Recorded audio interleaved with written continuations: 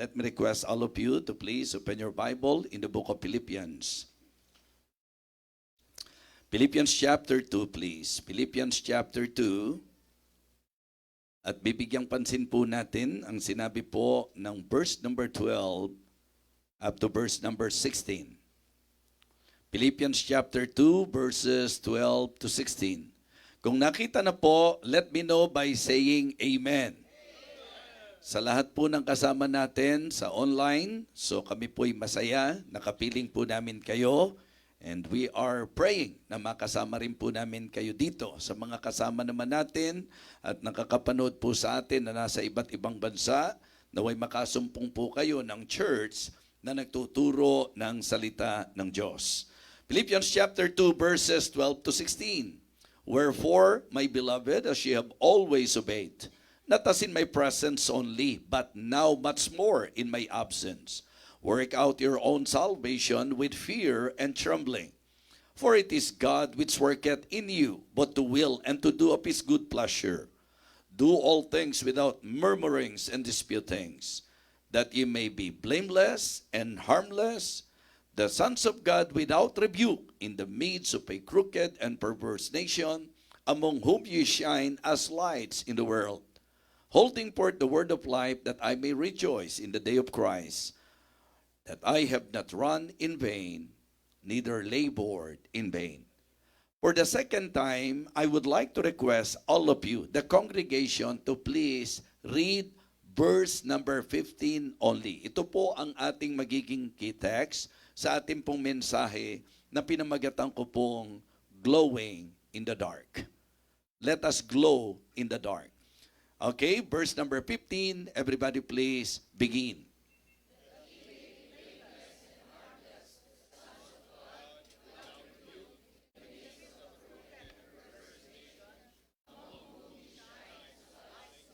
That ye may be blameless and harmless, the sons of God without rebuke, in the midst of a crooked and perverse nation, among whom ye shine as lights in the world. Let us go to the Lord in prayer.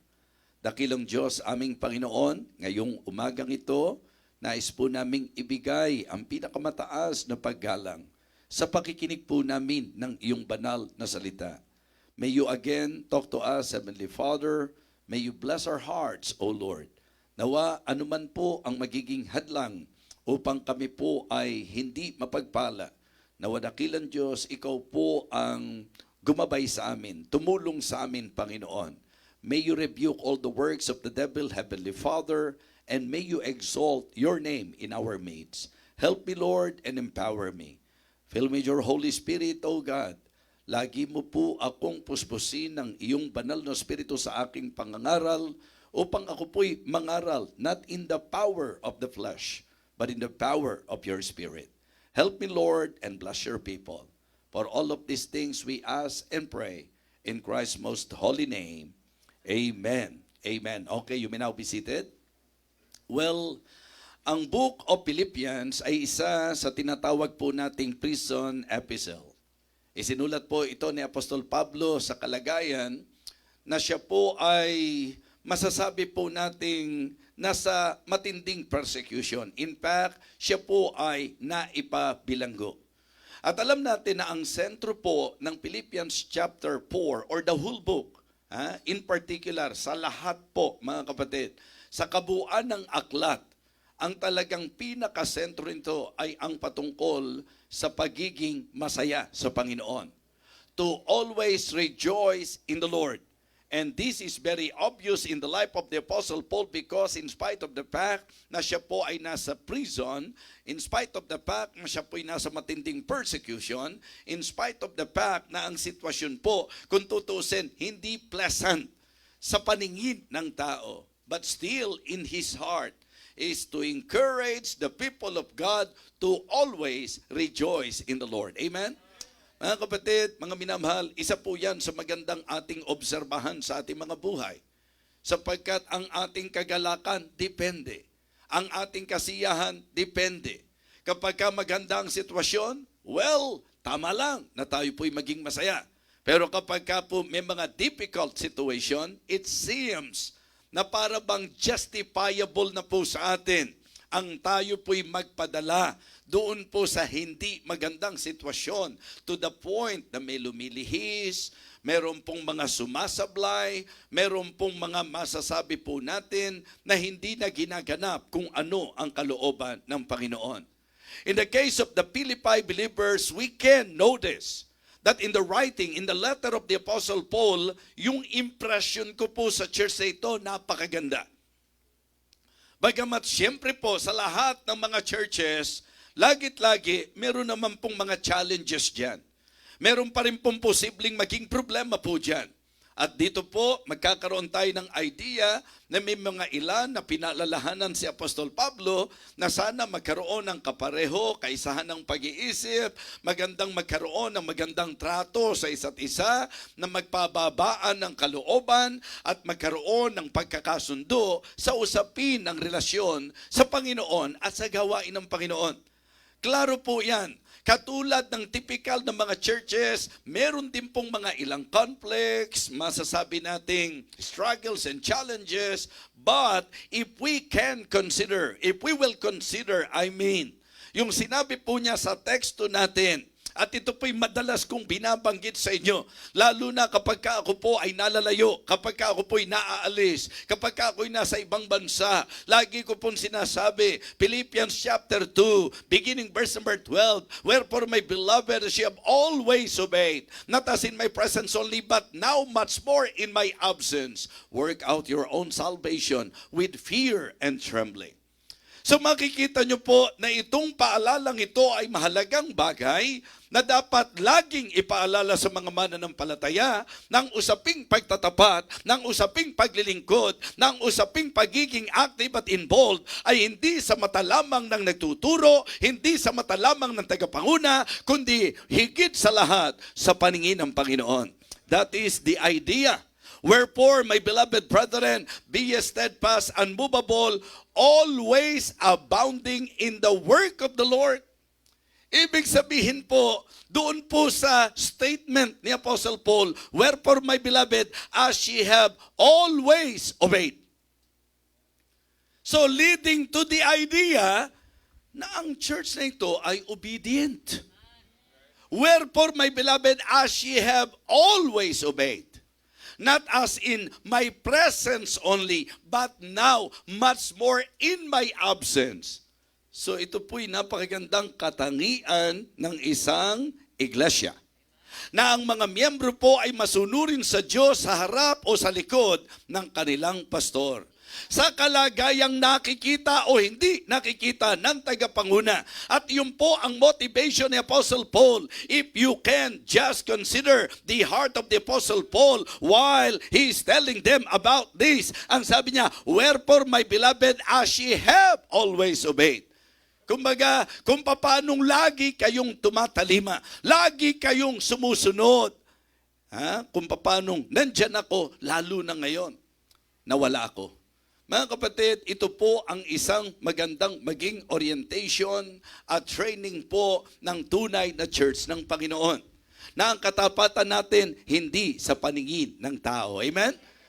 Wherefore, my beloved, as ye have always obeyed, not as in my presence only, but now much more in my absence. Ang sabi po niya, work out your own salvation with fear and trembling. At ang isang larawan sa totoong Kristiyano, for it is God which worketh in you. I am telling you, brethren, na pagka ikaw ay totoong Kristiyano, ang gumagawa sa iyo ay ang Panginoon. Amen?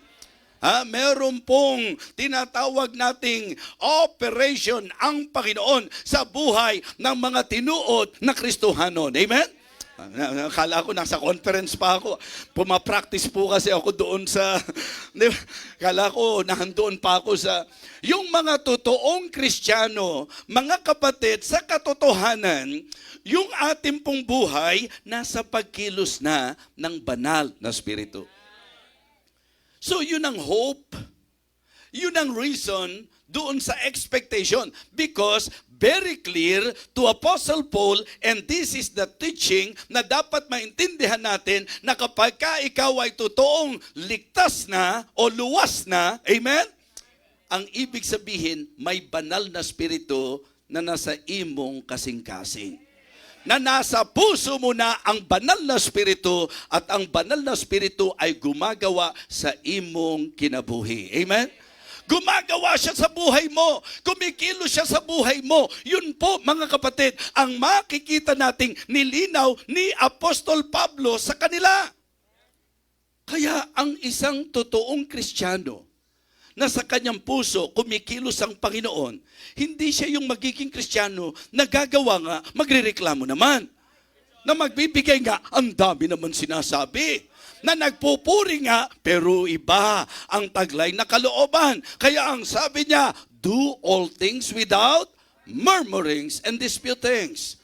Hindi raw dapat, mga kapatid, na ang ating pong paglilingkod ay may pagmamaktol, may pagrereklamo, may bigat ng loob, may kapaitan ng puso. Ang ating paglilingkod ay dapat buong puso, may kagalakan ng puso, may totoong kasiyahan because we believe na tama lang na ating paglingkuran ang Ginoo. Amen? Dapat lang nating paglingkuran ang ating Panginoon. Pagdating ng verse number 15, lahat daw ng gagawin natin, walang mga pagtatalo-talo, walang pagbubulungan. Siguro magandang bago tayo lumusong sa mensahe, bawat isa sa atin magtanong, kamusta ba tayo sa mga ginagawa natin sa church? Men's fellowship, ladies fellowship, youth fellowship, CYA.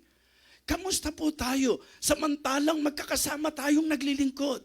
Wala bang pagtatalo-talo? Wala bang pag-aaway-away? Wala bang paligsahan? Wala bang pagalingan? Yun po ang nagiging problema. Mga kapatid, mga minamahal, the reason why the Apostle Paul gave this motivation to them because in reality, katulad ng typical na church, meron ding problema. Please don't get me wrong, ha? Example lang naman to. At ang lumalabas na problema na in-address ni Apostle Pablo ay ang medyo kailangan pag-aayos kay Euodias at kay Syntyche. Parang nagka-problema sila sa ladies fellowship nung time na yon. Diba? Diba? Sabi po, kaya ako, pagka nagkaka-problema, men's fellowship, ladies fellowship sa mga ministries, alam niyo kung bakit? Kasi mga tao tayo eh.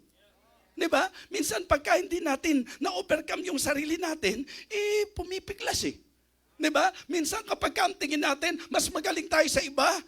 Kaya nga sabi ko po, ang principle simple. Pag may nakalagay na leader, mga kapatid, doon tayo sa pagsuporta sa leader at hindi sa pakikipagtalo at pakikipagmarunungan sa tagapanguna. Kung miyembro ka, gumanap ka muna bilang miyembro. Pag pastor ka na, gumanap ka na bilang pastor. Kung ikaw ay masasabi nating leader, gumanap ka bilang leader. Pero kung meron pong mga leader tayo, huwag kang gumanap sa kalagayang leader and please try to avoid thinking that you are better than anyone else. Huwag nating isipin mas magaling tayo. Mga kapatid, yun po, not to think of himself more highly than he ought to think, but to think soberly. Ang sabi po, let it esteem other better than themselves. Yan po ang kalagayan. Kaya po sa church, kapag kami nagmarunong sa pastor, maniwala kayo, magkakaproblema. Pagka po merong mga ang tingin sa sarili, mas magaling sa leader, mga kapatid, magkakaproblema.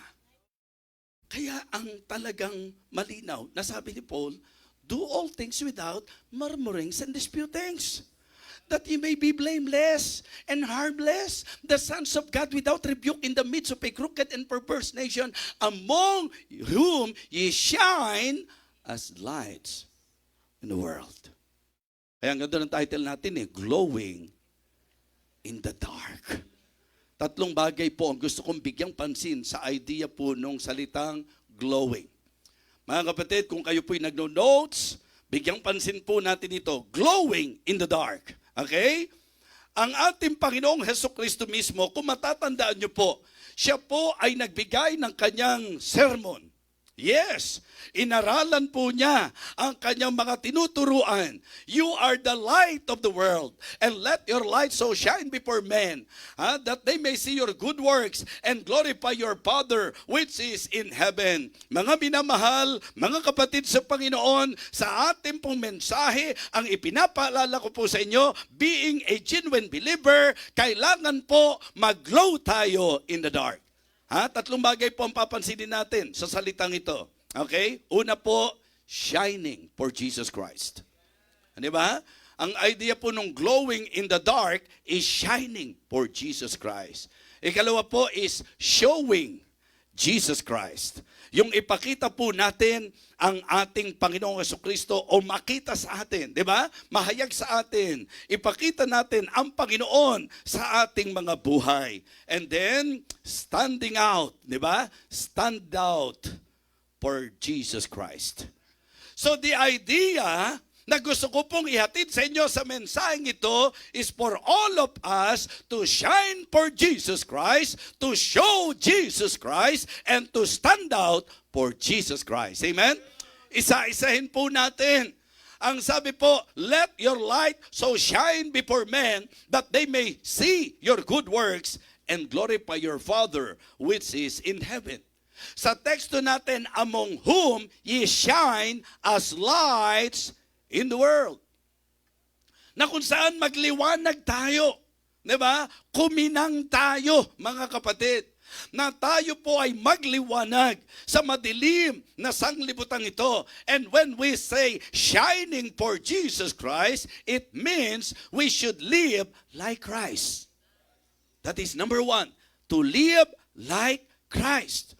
Ang simple word, Christ-likeness. Yan po ang goal. Yan po ang ultimate goal. Yan po ang objective. Lahat ng mananampalataya, gusto kong ipaalala sa inyo na hindi kapag ka ikaw ay na-save na, ang ibig sabihin, perpekto ka na. At aaminin ko po sa inyo na sa mundong ito, hindi natin maaabot ang perfection. Ang sinless perfection. Why? Sapagkat sa doktrinang tama, pag Kristiyano ka, nagkaroon ka ng bagong likas, but hey, nasa iyo pa rin ang matanda kalikasan. Yun ngayon ang dahilan kung bakit ka uma-attend.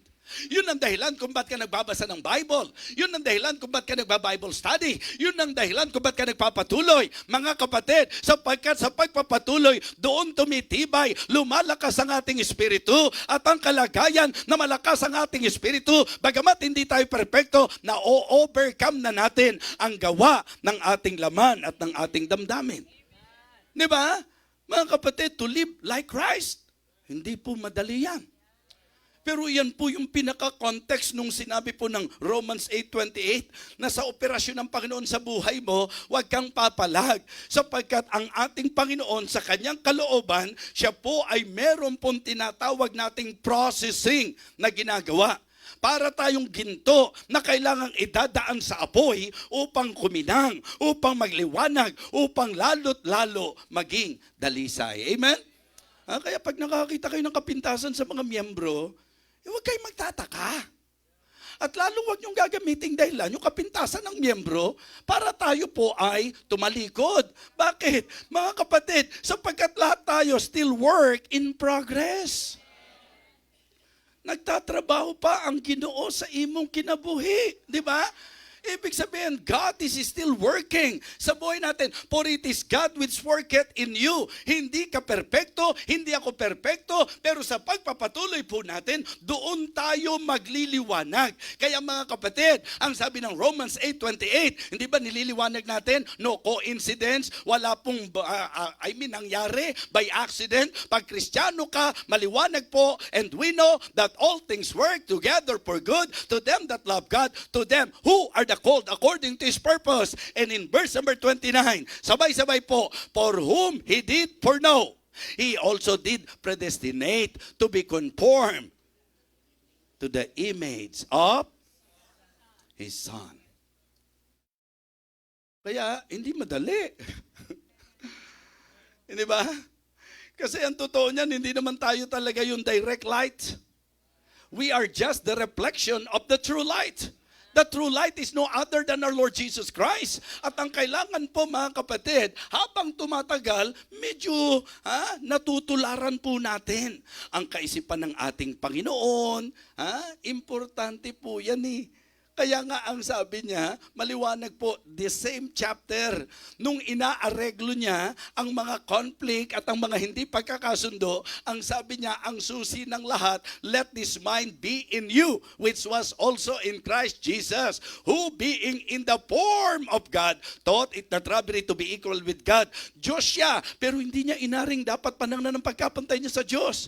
Nagpasakop siya. Mga kapatid, Panginoon siya, Diyos siya, pero hinubad niya ang kaluwalhatian ng isang Diyos at nakipantay sa tao. Ang ibig sabihin, malaki ang problema na hindi ka leader, nakikipantay ka sa leader. Hindi ka leader, nagmamagaling ka sa leader. Kaya nagkakaproblema. So yun ngayon ang concern ni Apostle Paul na maiayos yan kasi hindi kayo magliliwanag pagka ganyan na kayo-kayo hindi magkasundo. Mga kapatid, atin-atin lang ito. Pero isa to sa observation ko. How come na sa church, almost everybody is claiming na Kristiyano. It means may Espiritu ng Panginoon. Pero bakit may mga miyembro na parang ang hirap magkasundo? Hindi ba matulungan niyo ko? Kasi nahirapan akong paliwanag yan eh. Kasi kung para makasundo mo lang ang isang tao, kailangan pareho kayo. Wala kang makakasundo kasi wala talagang taong magkapareho. At kung para makasundo mo, kailangan hindi siya magkakamali. Ay, huwag ka nang umasa pa. Sapagkat titiyakin ko sa iyo, magkakamali at magkakamali ang tao. Anong problema? Walang kaisipan na katulad ng sa Panginoon. Walang kapakumbabaan, mga kapatid. So kaya ang idea po ng glowing in the dark, shining for Jesus Christ, it means we need to live like Christ. For whom He did foreknow, He also did predestinate to be conformed into the image of His Son. Kaya kapag may testing ka, kapag may trials ka, kapag may mga challenges, kapag may mga katitisuran, ang solusyon dyan, hindi po mag-react. Ang solusyon dyan, magpasako sa paggawa ng banal na Espiritu, sapagkat yan po ang isa sa pagpoproseso ng banal na Espiritu sa atin upang tayo po ay mabuhay na kagaya ng Panginoon. Amen? Opo, pag may nakasakit sa iyo, ano gusto mong gawin? Gumante, di ba? Pag may namintas sa iyo, sana ba kung Ilocano yung namintas sa iyo? Kasi pagka ang Ilocano namintas sa iyo, ang ganda ng ibig sabihin ng pintas sa mga Ilocano. Di ba? Kaya minsan si Mother Pearl na pagbibintangan ko, Ilocano to eh. Kasi pintas ng pintas to eh. Ay, ano pala, napintas na balasang, di ba? So, ang ibig kong sabihin, mga kapatid, mga minamahal, importante na tayo po sa ating buhay habang tumatagal. Yung bang natututo kang magtiis? Yung bang merong mga, hindi ka nais-nais, pero iyong tinitiis? Mga kapatid, ang ganda ng rhyme, ano ho? May mga hindi ka nais-nais, pero iyong tinitiis. Tama? Kung hindi, huwag nating daanin sa paglilitis. Amen? Di ba, kung ang magiging basis mo, yung mga tao sa paligid mo, maapektuhan ka eh. In fact, ang lalong pangit sa mga Kristiyano, yung bang mga kaisipan at pag-uugali, nako, makita ko pa lang siya, kumukulo na ang dugo ko. Sipin niyo po yun, no? Kilabutan ka, kung Kristiyano ka, ganyan ang klase ng... We need to live like Christ. Si Jesus Christ, minamak ang panganalangin niya, patawarin mo sila. Sapagkat di nila nalalaman ng kanilang ginagawa. So anong ibig kong sabihin? Pag kami somebody sa church natin na ginagawa ka ng hindi maganda, imbis na magalit ka, imbis na magwala ka, Panginoon, patawarin mo siya sapagkat di niya nalalaman ng kanyang ginagawa. Ganun ang sasabihin mo. Diba? Panginoon, patawarin mo siya sapagkat di niya alam ang kanyang sinasabi. Yan, ganyan po ang gagawin natin. Yan na, i-apply natin mula ngayon. Huwag yung kapag ka merong ganun, nakikipagsalubungan ka. Ano, gusto mo, sabunutan na lang tayo? Hindi po pwede, mga kapatid. Hindi pang Kristiyano yun. Di ba? Mga kapatid, it means we need to live like Christ. Ha? Siya po ang ating dapat sinusundan. Ang kalooban ng Panginoon bilang mga Kristiyano, di ba naalala niyo yung kanta nating Stepping in the Light?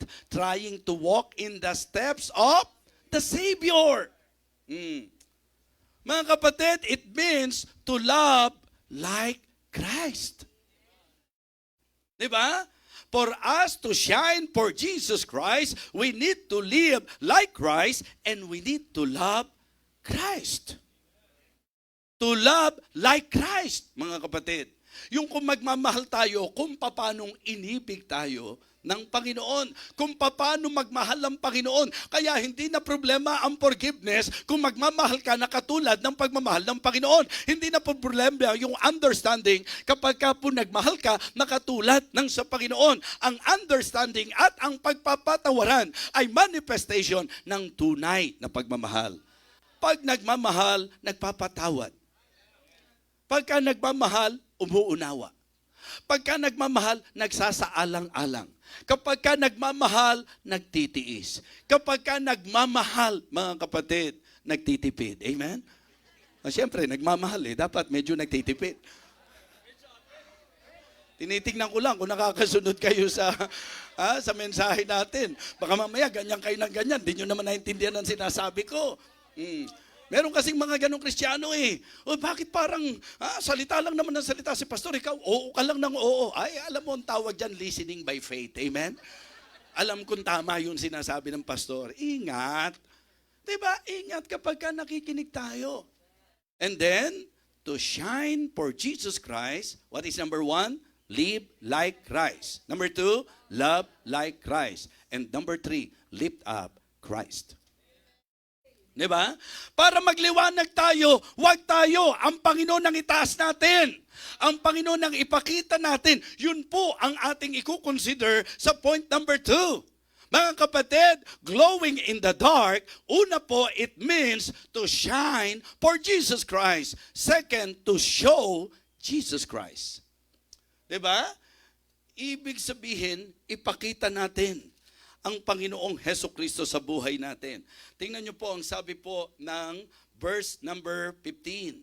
That you may be blameless and harmless, the sons of God without rebuke, in the midst of a perverse and crooked nation, among whom ye shine as lights in the world. Mga kapatid, ang idea po ng tayo ay makita ang Panginoon sa atin.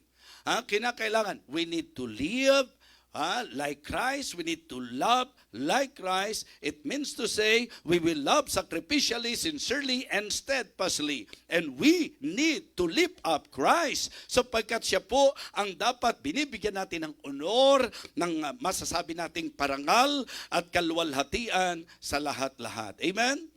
Holding forth the word of life. Ang sabi ng verse number 16.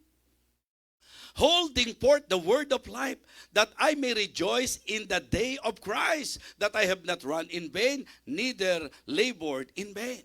Showing Jesus Christ, number 1, by our conduct. Number 2, by our character. And maging sa ating pong communication. Ang sabi po that he may be blameless and harmless. Ito yung kung paano tayo nakikita ng mga tao. Pagka yung character naman, kasi ang difference ng dalawa, meron po akong binigyang pansin sa idea po ng difference ng dalawa. And I believe, mga kapatid, makikita nyo po. Ang character daw po, ito po'y pumapatungkol sa internal moral compass, core values, and established virtues. It represents who you are when no one is watching. Diba? Yung conduct po refers to your observable behavior, actions, and manners. Nung tiningnan ko po ito, kasi nung gumagawa po ako ng magiging puntos sa aking pagpaprocess, sabi ko, parang nagagamit natin yan interchangeably. And I believe, sa paggamit naman natin, tama yung concept natin. Pero ang maganda lang na makita po natin sa usaping Kristiyano, mahalaga ang usapang nakikita sa buhay mo at lalong mahalaga yung inner being mo, yung ikaw mismo, yung totoong ikaw. Amen? Mahirap mag-expect ng magandang manifestation sa labas kapag hindi maayos ang kalooban. Kaya ang isang dapat ibinibuild sa atin, character talaga. Diba? At ito'y mahalaga sa pagbibigay ng idea sa dapat pinapahalagahan po natin. Diba? Yung morals, core values, importante po yan. Diba? Minsan, naiisip ko, ano ang kaibahan ng pong character at reputation? Diba? O kaya attitude, I mean. Diba? Attitude and character. Kasi pagka tinignan natin ang tao sa pangkalahatan, parang ganito po eh. Pagka hindi maganda yung nakikita sa tao, may attitude to. Diba? Yun po yung nasasabi natin. May attitude tong taong ito. Kapag ka naman po positibo, kasi may character yan. Na kapag tinignan natin, ang idea, usapang ugali at pagkatao po yan eh. Di ba? Usapang ugali at pagkatao. Mga minamahal, sa usapang Kristiyano, para tayo po makita sa atin ang Panginoon, sana po sa usapang conduct and character, talagang ang natatanaw, Panginoon sa ating buhay. Paano tayo nagre-react? Palagay ko po, lahat tayo guilty sa ganitong bagay. Pag nagalit ka na, kamusta ka na? Natatanaw ba si Jesus Christ? Ay opo, talagang pag nagalit ako, pinagahawan ko mga mukha nila eh. Dahil si Jesus Christ, hinawan yung mga kapatid. Walang problemang magalit, basta matuwid ang galit. Pero ang problema, kadalasan ang galit natin, saan tayo dinadala? Hindi ba sabi nga ng Bible, for the wrath of man worketh not the righteousness of God. Sa usapang galit na nagiging dahilan para maging bayulente ka, yan po ay nag-i-imply, hindi yan ang galit na katulad ng galit ng ating Panginoon. At hindi rin po makikita ang Panginoon sa ganong klase ng galit natin, mga kapatid. So kaya, bantayan po natin. Diba? So, sa conduct natin dapat makita ang Panginoon. Sa character natin dapat nagpapakita ito ng Panginoon sa ating buhay, mga kapatid. At sa communication. Pagka tayo po nakikipag-usap, naku, ipinagbilin po ni Apostol Pablo yan sa napakaraming pagkakataon. Kaya nga sabi niya, holding forth the word of life. Diba? Usapang Kristiyano po, dapat ang ating pong pinangahawakan ay ang salita ng buhay. Amen? Ha? Pero ito yung problema eh. Na minsan, pagka nag-uusap tayo, nakikita ba ang Panginoon sa ating conversation, sa ating communication, sa ating pong conduct, sa ating pong character? Sa tahanan, kamusta po tayo? Again, lahat naman tayo kung tutusin, work in progress. Diba? Yung pong, ang sabi nga nila, angilan. Yung pwede namang sabihin ng maayos, bakit kailangan pang sumigaw? Problema ni Freddy po yan eh. Diba? Kasi lahat tayo, merong human tendency. And that is the reason why dapat talaga nag-grow po tayo. Amen? Para mag-grow, para mag-glow, kailangan mag-grow. Yes. Kailangan lumago po tayo. Huwag niyong ikakatwirang, ganito talaga ugali ko eh. Kung hindi mo kayang tanggapin ang ugali ko, pasensya ka. Ang tanong, anong klaseng ugali meron ka ba? Hindi dapat katwirang Kristiyano yan. Hindi po pwedeng magtanggapan tayo ng mali. Ang dapat habang nagpapatuloy tayo, na itatama, na itutuwid ang mali. Diba?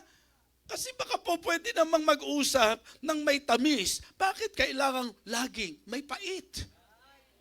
Bakit kinakailangan magmura kung may sasabihin ka lang naman na concern mo sa tao? Bakit kailangan? Kung masama ang loob mo, di aminin mo na masama ang loob mo, di ba?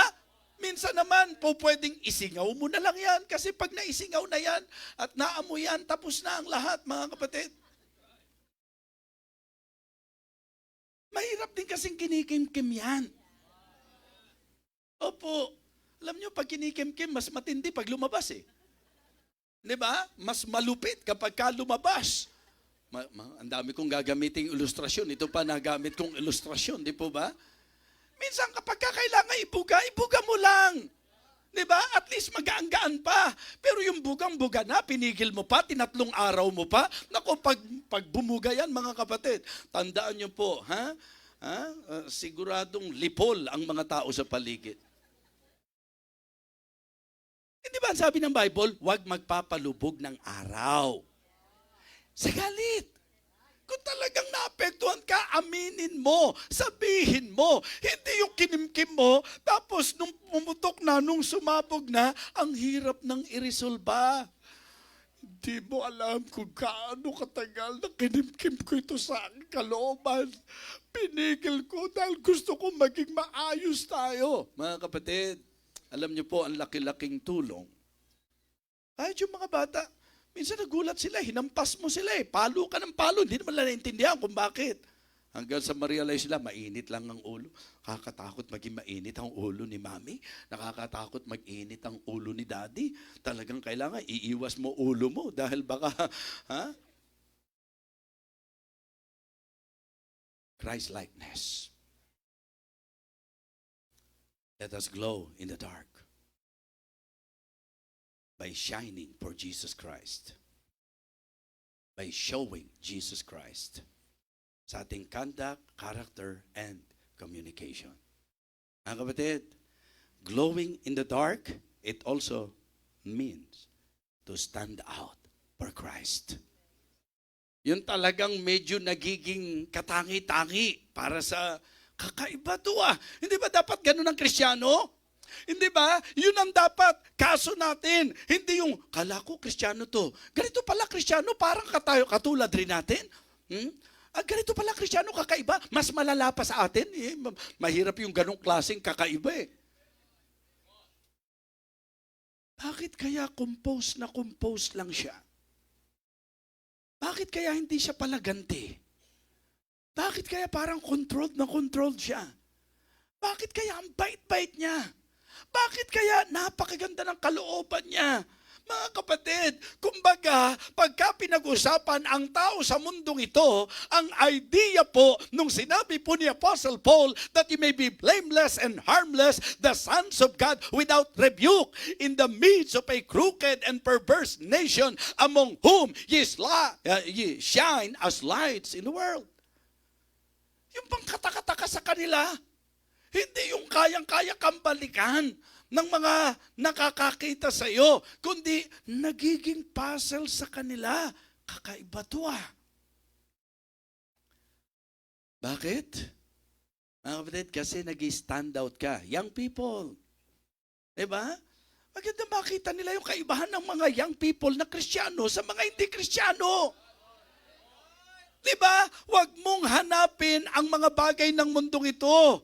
Huwag inain ka sa mundo. Hindi ko sinasabi na maging critical ka. Hindi ko sinasabi na maging holier than thou ang attitude mo. Hindi ko sinasabi na maging self-righteous ka. Pero ang sinasabi ko po, dapat klaro sa iyo, young people, na hindi mo po pwedeng hanapin sa buhay mo sa Panginoon, sa buhay mo sa church, yung mga ginagawa ng sanglibutang ito. Amen? Even sa klase ng pakikipagrelasyon. Mag-stand out ka. Diba? Yung bang kapag dumating ka doon sa punto na merong kakausap sa iyo, pwede mong sabihin sa kanila. Hindi yung pagka nakakita ng pogi, sagot agad. Kasi bihira po yan. Baka mamaya wala nang dumating. Naintindihan niyo po? Tapos gagamit ka pa ng example. Si sister nga, naghintay. Tingnan mo ha, hindi ka agad sinagot. Ano nangyari? Ayun. Isang dekada nang lumipas.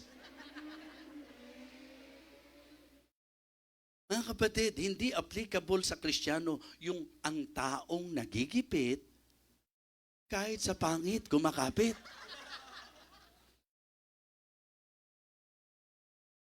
Kung ano po yung kaisipang Kristiyano nung ikaw ay nasa edad pa na hindi pa ganon na nalalagpasan ang kalendaryo, dapat hanggang ngayon, ganun pa rin yung standard mo. Hindi pwedeng good looking lang. Kailangan godly. Kailangan Christian talaga. Tama? Young people, sasabihin mo in love ka, samantalang ang attraction mo, outward beauty, nagandahan ka lang. Di ba? Naputian ka lang. Ito na ang pagkakataon para makalaya na ang lahi namin sa lahing maiitim. Di ba? Ang problema pagka ganun, pati plano mo at balak mo maitim din eh. Dapat ang motive tama. Amen?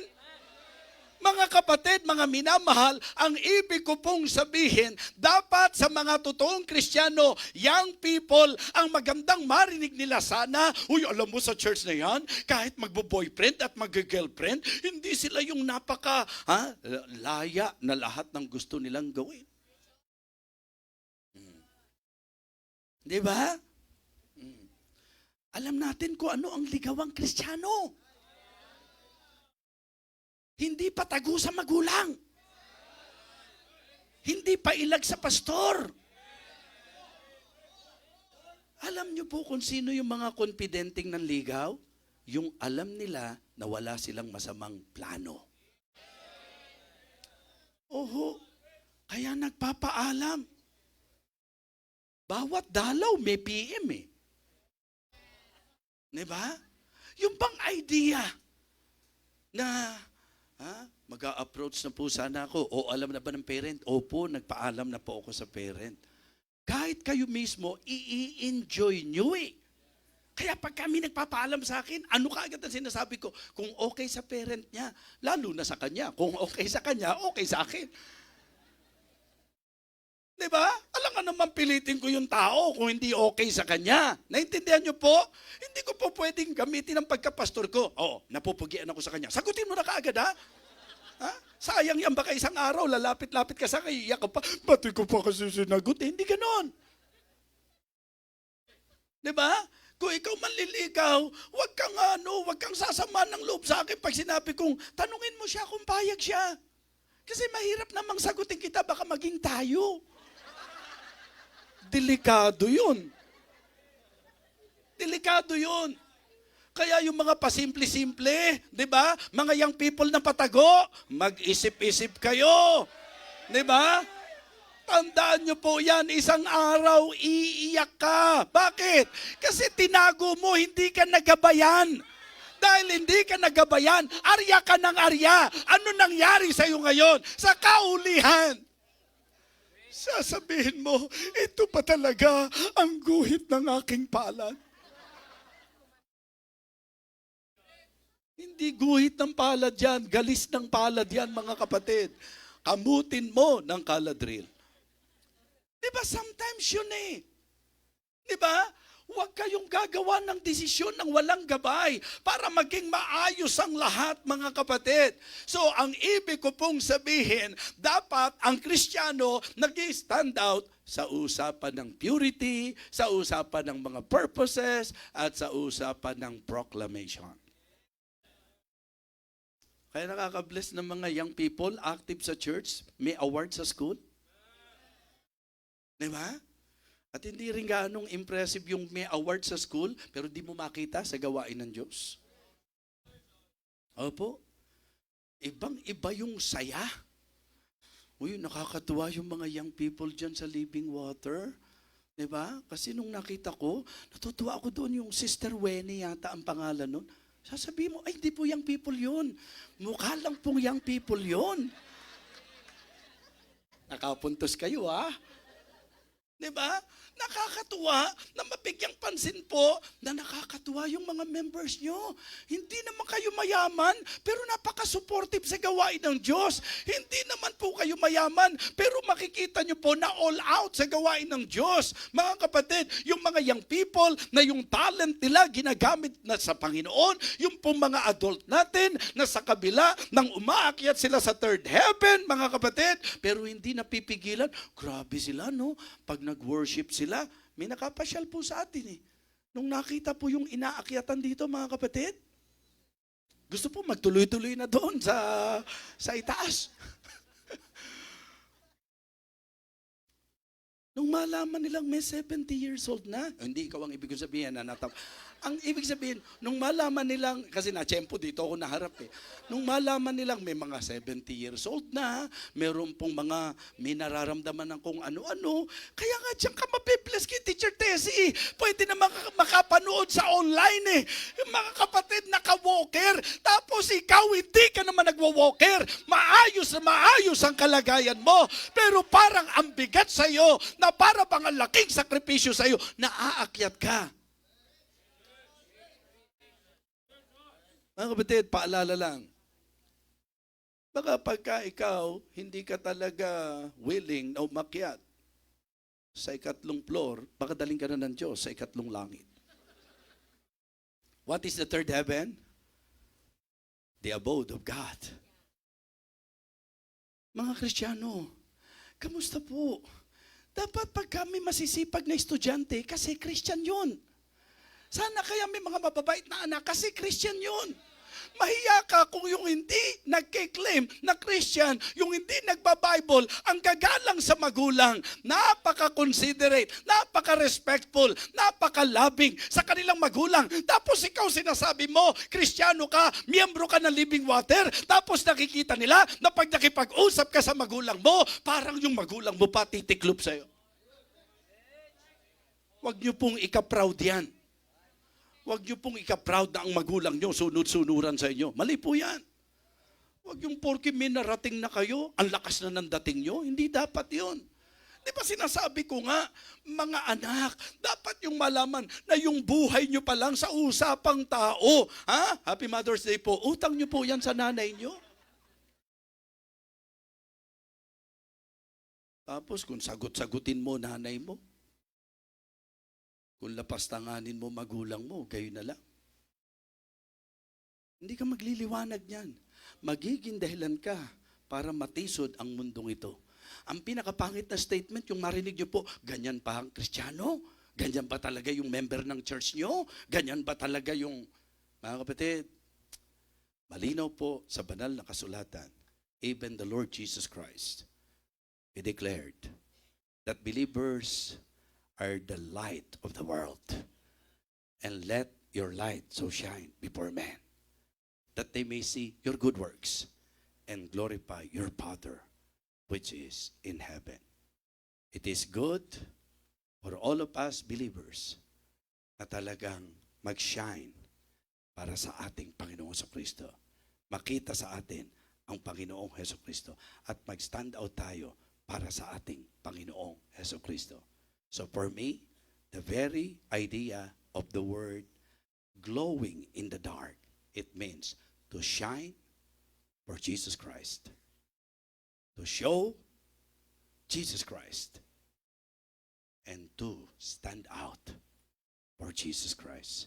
Ang binigyan ko po ng emphasis, live like Christ. Love like Christ. And lift up Christ. Ang linaw. That they may see your good works and glorify your Father which is in heaven. May mga magulang na matutuwa kapag proud ang anak nila na kayo ang magulang nila. Minsan, para pong preaching, pag kami mga nagsasabi, ito po natutunan ko po sa pastor natin, titiyakin nyo pong pagka sinasabi nyo po yun, tiyakin nyo tama yung sasabihin nyo. Dahil may ilalagay niyo ko sa alanganin. Now, sana po sa tamang puntos natin, sana po pag sinasabi mong Christian ka, tiyakin po natin, hindi natin na ilalagay ang pangalan ng Panginoon sa alanganin. Let them that name it the name of Christ depart from iniquity. Do not they blaspheme that worthy name, by the which you're called. Let us glow in the dark. Tumayo po tayong lahat.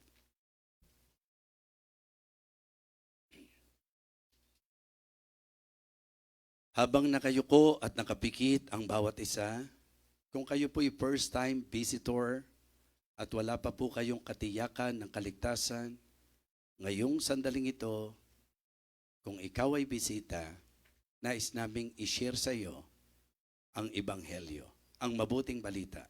Ito ay ang balita patungkol sa kaligtasan, that Jesus Christ died, buried, and rose again para sa bawat isa sa atin. Kaya mga counselor, alam nyo kung sino mga first-time visitor natin, make sure na masashare nyo sa kanila ang gospel. Members of the church, brethren in the Lord,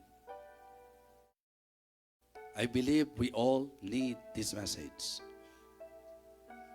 This is a very important reminder for all of us believers that we need to shine for Jesus Christ. We need to show them the Lord Jesus Christ. Show to them. Show Jesus Christ. And stand out for Jesus Christ. Sabi ko nga sa inyo kanina, lahat tayo, still work in progress. Nasa operasyon pa rin po tayo ng Panginoon. Kailangan lang maging willing po tayo. Now, if the message of the Lord is clear to you, and if the Holy Spirit is convicting you, maybe as you listen to the message, may mga realization ka. So this morning, tapusin natin ang ating pong mensahe sa pamagitan po ng ating desisyon. At ito po ay ang paglalapit natin ng ating mga sarili sa Diyos sa anumang kaparaanan na siya ay kumilos sa atin. Why not leave your place and come to the altar this morning? Make sure na pagka lumapit po tayo, klaro sa atin. Ito ba'y may kinalaman sa ugali natin na dapat mabago? Sa attitude natin na dapat mabago? Sa conduct and character natin na dapat mabago? Ito ba ay ang dapat maging aplikasyon natin for us to live like Christ, to love like Christ, and to live up Christ? Whatever it is. It is always good to somehow respond to the message of God. Diba? Yun ang problema. Pwede tayong maging instrumento para maparangalan ng Panginoon. Pero ang problema, pwede rin tayong maging dahilan para mabatikan ang pangalan ng Panginoon. And the message this morning is very, very important to consider. Hey Christians, we are the light of the world. Let your light so shine before men, that they may see your good works and glorify your Father which is in heaven. Yan po ang sinasabi ng salita ng Diyos. Kaya kapag sa puso natin, may mga kung ano-ano po tayong kinikimkim na hindi po kalooban ng Panginoon, hindi ka magliliwanag, hindi ka magiging makinang. Let us allow the Holy Spirit to really work in our lives. Pakontrol tayo sa Kanya. Ano man ang nakagawian nating mali, huwag natin pong pagmatigasan po yan. Bigyan natin ng pagkakataon ng ating sarili na tayo po'y baguhin ng Panginoon. You cannot change yourself. Ang totoong transformation, work of the Holy Spirit, work of God. And that is very clear na sa message na ito, sa sulat ni Apostol Pablo, may Diyos na gumagawa sa bawat Kristiyano. Kung ikaw ay anak, maging mabuting anak po tayo. Kung ikaw po ay magulang, maging makadiyos na magulang po tayo. Kung tayo po ay nasa mga pagpapasya, make sure na guided po tayo. It is always important to consider the will of God in our lives. Sige po, kung may dapat ihingi ng tawad, now is the best time for you to do that. Kung meron pong mga bagay na gusto nating hilingin sa Diyos, nakikinig ang Diyos sa atin. Don't just come. Huwag na kaugalian lang natin pumupunta tayo sa altar. Make sure that we really mean business with God, that we are sincere, that we are very sincere, na kaya tayo nandito sa harap because gusto natin talagang tumugon sa pangungusap ng Panginoon. Gracious loving Father, thank you for talking to us this morning. Thank you for giving us this reminder, O Lord.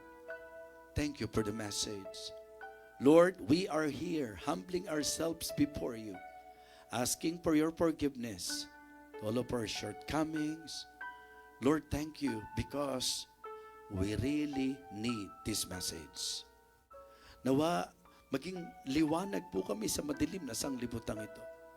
Sa usapang pamumuhay, sa usapang pag-uugali, sa usapang pananalita, sa usapang pagkatao, sa usapang paglilingkod, sa usapang pagsamba, sa usapang paglakad, sa usapang pagpapasya. Lord, nawa, magliwanag ang aming mga buhay. Nawa kami po ay maging kakaiba sa mundong ito, dakilang Diyos. Panginoon, igawad mo po ang iyong basbas at ang iyong pagpapala sa bawat isang lumapit ngayon. Una po yung mga bisita namin, nawa ito ang maging araw ng kanilang kaligtasan. At ngayon po ang mga anak mo, nawa ang impact ng kanilang paglapit ay madama sa pamagitan ng aplikasyon sa message nito. Once again, igawad mo po ang iyong basbas at ang iyong pagpapala sa bawat isa sa amin. Ito po ang aming panalangin sa pangalan po ng aming Panginoong Jesus. Amen. Amen. Praise the Lord.